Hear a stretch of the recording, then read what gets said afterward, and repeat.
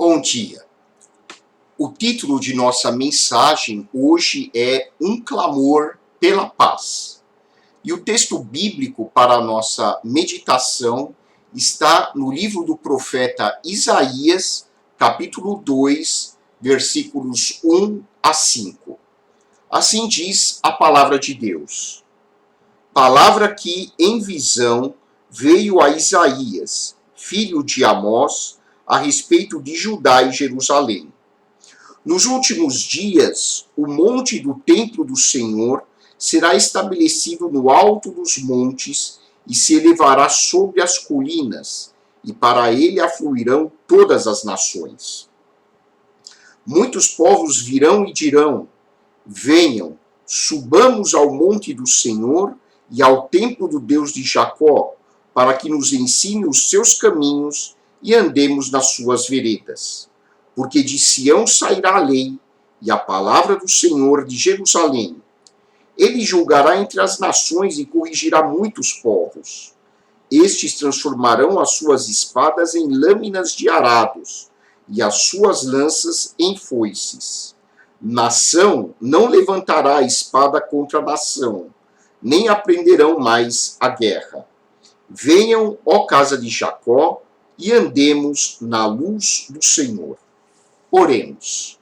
Santo Deus, nosso Pai, nós te agradecemos pela leitura desta passagem bíblica tão importante, em que o profeta Isaías expressa a sua esperança e a sua convicção num reino de paz. Que possamos também compartilhar desta visão em nossas vidas e que esta mensagem também esteja sempre iluminando os nossos corações. Nós te pedimos agradecidos, em nome de nosso Senhor e Salvador Jesus Cristo. Amém. Conflitos entre povos têm sido uma característica de nossa história. Infelizmente, milhões de pessoas, ao longo da existência humana, perderam as suas vidas ou tiveram amigos, familiares que morreram. E isso não acontece apenas em guerras, mas, infelizmente, como tem sido visto nos últimos anos, também em atos terroristas ou em outros tipos de crime. A violência tem sido cada vez maior na nossa sociedade, e isso é reforçado por políticas que, infelizmente, são opressivas, acabam intensificando a desigualdade social, a exclusão de pessoas menos favorecidas, políticas que têm dificultado o acesso de boa parcela da população a uma educação, a uma saúde mais dignas. Todos esses fatores geram violência. E, por causa de tudo isso, milhões de pessoas em todo o mundo têm perdido as suas vidas. Desde cedo, nós somos confrontados com uma cultura que estimula a violência. Como é uma cultura que estimula a violência? Nós somos impregnados de valores como competitividade, como um incentivo a produzirmos cada vez mais para termos valor, para sermos aceitos em nossa família, em nosso meio social. Quando a cultura estimula valores como competitividade, como o ter, o poder, a fama, o dinheiro, a propriedade, quando a nossa cultura valoriza esse tipo de fatores, infelizmente, nós nos desumanizamos e nos tornamos mais propensos à violência. Em outras palavras, a nossa cultura faz com que nós percamos cada vez mais a nossa capacidade para o diálogo e a mediação. E com isso, nós acabamos partindo para comportamentos violentos que atestam a nossa total perda de habilidade em capacidades mais humanas, como o diálogo, a mediação e a conversa. Lamentavelmente, nos últimos dias, nós temos presenciado, uma vez mais, o uso da violência, o uso do armamento, a desumanização das pessoas. A Armênia e a região armênia de Nagorno-Karabakh têm sido alvo de ataques militares por parte do governo do Azerbaijão. Como descendentes de armênios, nós repudiamos esses ataques. Como cristãos, nós desejamos o pronto restabelecimento da paz na região. Nós cremos que este desejo de paz não é apenas nosso como cristãos, mas de todos aqueles que realmente valorizam a dignidade humana. Nós estamos em 2020, já assistimos a milhares e milhares de vidas ceifadas pela pandemia do coronavírus, e como se isso não fosse suficiente, nós estamos presenciando a morte de pessoas inocentes, inclusive civis, por causa de uma política de violência cometida, neste caso, pelo governo do Azerbaijão. Nós pedimos a Deus que a paz possa reinar nesta região e que tanto armênios como azeris possam viver como irmãos que de fato são. Porque as etnias são uma categoria que não deveria nos dividir. O ser humano, na realidade, está conectado a todos os demais seres humanos.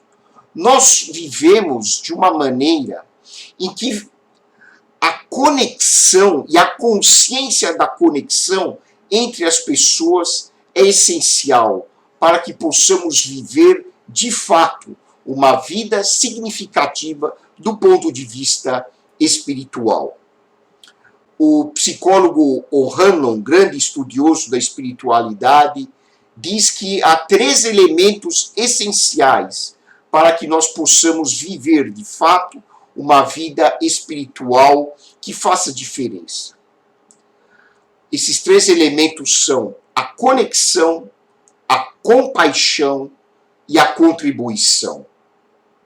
Quando nós nos tornamos conscientes de que nós estamos conectados uns aos outros, desta consciência brota, inevitavelmente, o sentimento de compaixão. Não pode haver compaixão se não houver um senso de conexão. E quando nós nos conscientizamos da nossa conectividade uns aos outros, quando nós desenvolvemos a atitude da compaixão, então nós podemos colaborar de maneira eficiente uns com os outros. E a Bíblia nos ensina isso de ponta a ponta.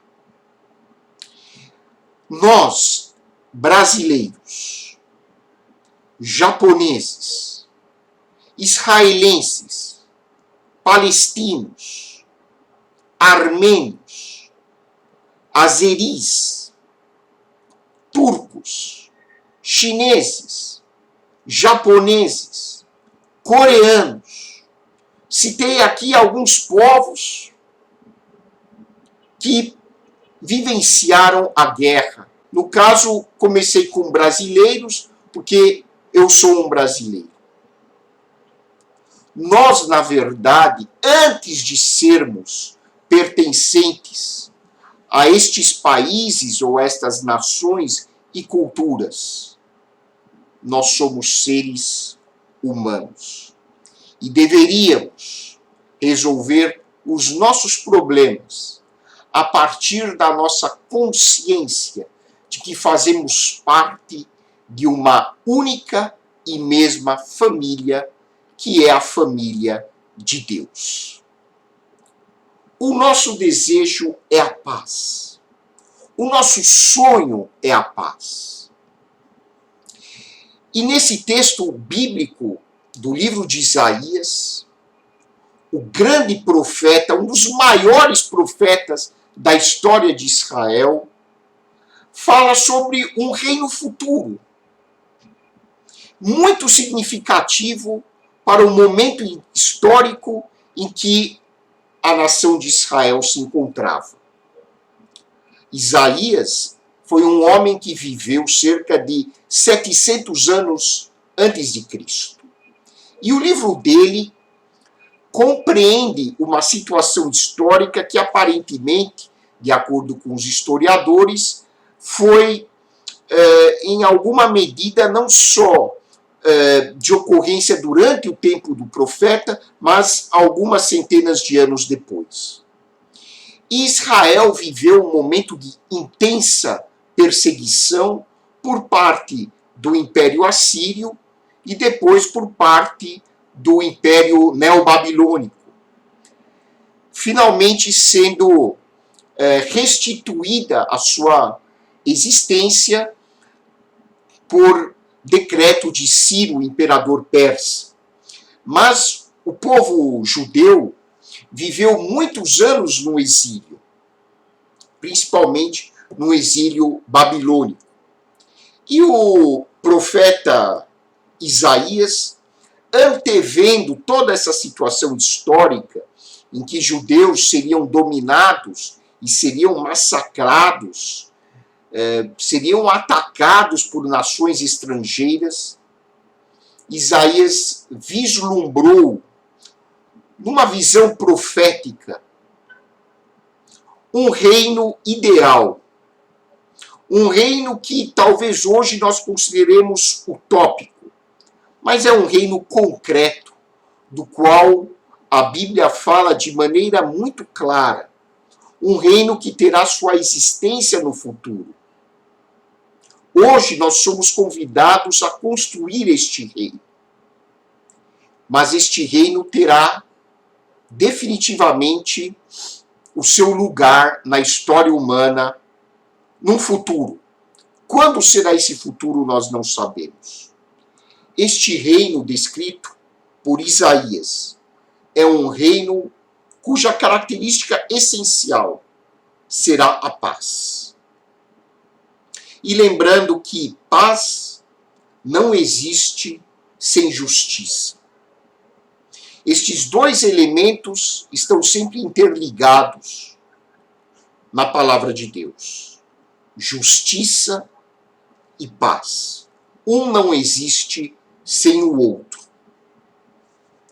E quais são as três características essenciais deste reino que foi vislumbrado pelo profeta Isaías? A primeira característica é a universalidade. No reino de Deus, todos estarão incluídos. Todos significa toda pessoa que passou por este mundo, não importa, rica, pobre, não importa a sua religião, não importa a sua etnia, toda pessoa que passou por esta existência, um dia fará parte de um reino que abarcará toda a humanidade. O profeta Isaías diz que muitos povos virão e dirão, muitos povos simbolizam a totalidade da existência humana. Venham, subamos ao monte do Senhor, ao templo do Deus de Jacó, para que nos ensine os seus caminhos. Este reino universal será um reino onde o conhecimento do Senhor será absoluto. Ninguém deixará de conhecer a Deus neste reino. E o apóstolo Paulo, retomando esta profecia de Isaías, menciona lá na carta aos Filipenses, capítulo 2, versículos 9 em diante. Todo joelho se dobrará e toda língua confessará que Jesus Cristo é o Senhor, para a glória de Deus Pai. Todo joelho se dobrará e toda língua confessará. E o apóstolo Paulo explica que todo joelho, toda língua se referem às pessoas que estão na terra, embaixo da terra ou em cima da terra. É uma forma cultural antiga de dizer todos os seres humanos que passaram por este mundo. Um dia todos terão a visão de Deus. Compreenderão que Deus é uma realidade única para todos nós. E verão em Jesus Cristo a essência da perfeição de Deus. Reconhecerão em Jesus Cristo o Messias prometido para a salvação de toda a humanidade. O apóstolo Paulo deixa bem claro também na carta aos Efésios e na carta aos Colossenses que todos os poderes, todas as formas de domínio serão totalmente submetidas ao senhorio de Jesus.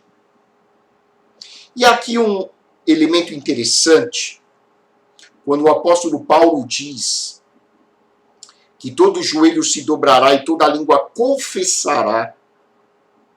Este verbo confessar em grego, no grego bíblico, não é apenas um confessar mecânico, da boca para fora, mas é uma atitude de profundo reconhecimento acompanhada de uma postura de louvor e adoração.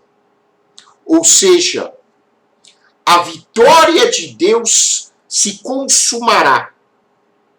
A obra de Jesus Cristo não deixará ninguém de fora. Os nossos governos atuais são governos que, por mais bem intencionados que sejam, acabam excluindo alguma parcela da população de algum tipo de benefício. No governo futuro do Messias, quando o reino de Deus for uma realidade concreta aqui na terra, ninguém ficará de fora. Não haverá mais ricos ou pobres. Não haverá mais diferença entre classes sociais.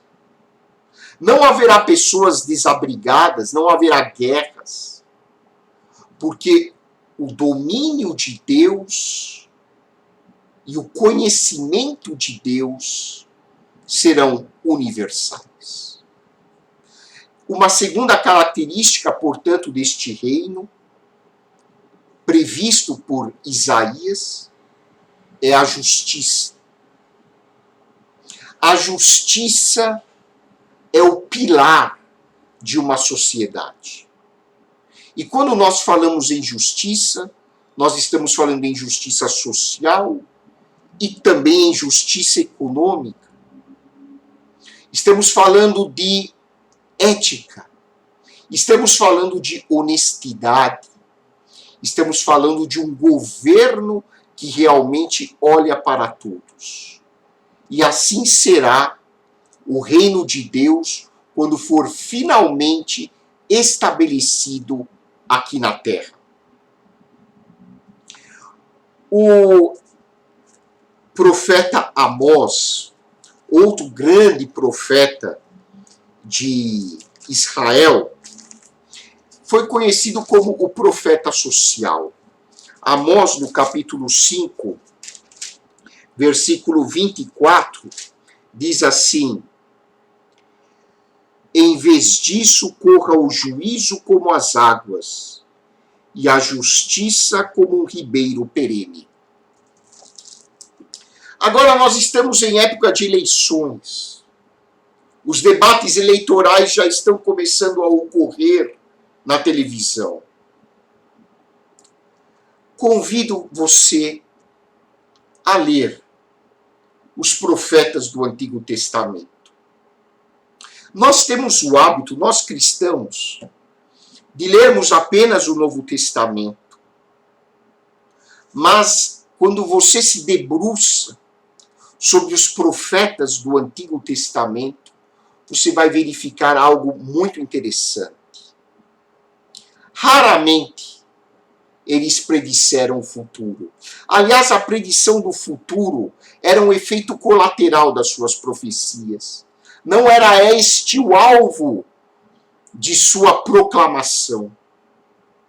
Os profetas do Antigo Testamento, os grandes profetas de Israel, como Isaías, Jeremias, Oséias, Amós, Joel, foram profetas que viveram em busca da justiça social.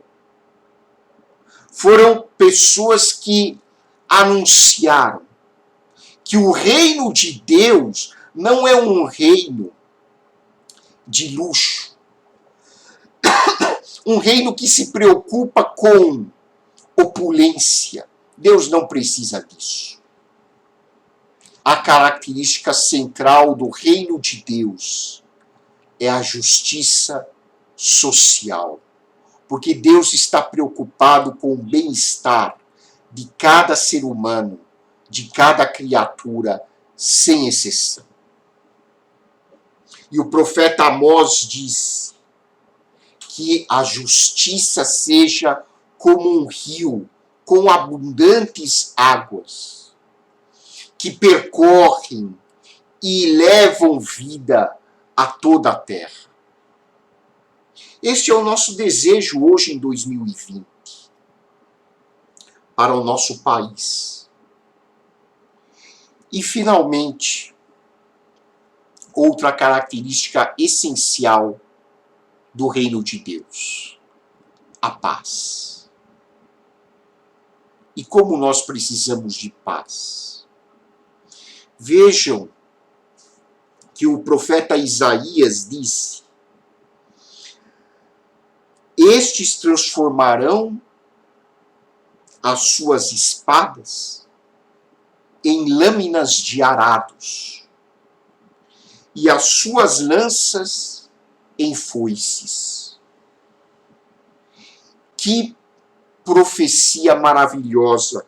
Nação não levantará a espada contra a nação, nem aprenderão mais a guerra. Esta é a paz que só o Messias pode instalar neste mundo. Só Jesus, só Deus pode de fato operar esta paz em nosso mundo. Porque a verdadeira paz nasce do interior do coração. a paz exterior será ilusória se não houver paz interior. E Jesus disse aos seus discípulos que ele veio nos dar esta paz interior. A paz interior nasce quando nós corrigimos o nosso relacionamento com Deus. Quando nós deixamos de ser arrogantes, orgulhosos e egocêntricos e passamos a viver os valores do reino de Deus, que Jesus nos ensinou. Quando nós olhamos para Deus e a Ele entregamos as nossas vidas, tendo Jesus como nosso modelo de ética, de comportamento, de fé, nós recebemos a salvação de Deus. E passamos a desfrutar de paz espiritual. E esta paz espiritual se exterioriza e um dia ela será uma realidade absoluta entre todos os seres humanos. Porque todos conhecerão a Deus, todos dobrarão os seus joelhos e confessarão que Jesus Cristo é o Senhor para a glória de Deus, o Pai. O profeta então termina e diz: venham, ó casa de Jacó, e andemos na luz do Senhor. Deus é luz. Violência, injustiça, políticas sociais opressivas, políticas econômicas excludentes, são trevas. Deus é luz. Jesus é luz.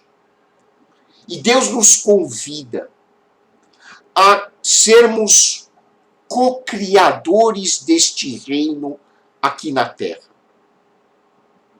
Porque as coisas não vão cair de forma mágica do céu. Você e eu somos chamados a construir este reino de paz, de justiça aqui na Terra.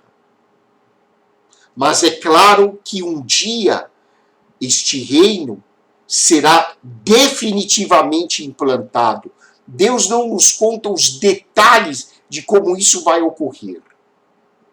Mas o Senhor Jesus nos antecipa esta realidade quando ele nos ensina a orar, dizendo: Pai, venha o teu reino. Pai, venha o teu reino. Nós somos instados a clamar pela vinda deste reino de paz, de justiça, de conhecimento universal do Senhor Jesus e de Deus. Mas nós somos também convidados a participar da construção deste reino. Pode começar hoje mesmo, a partir da mudança do nosso comportamento.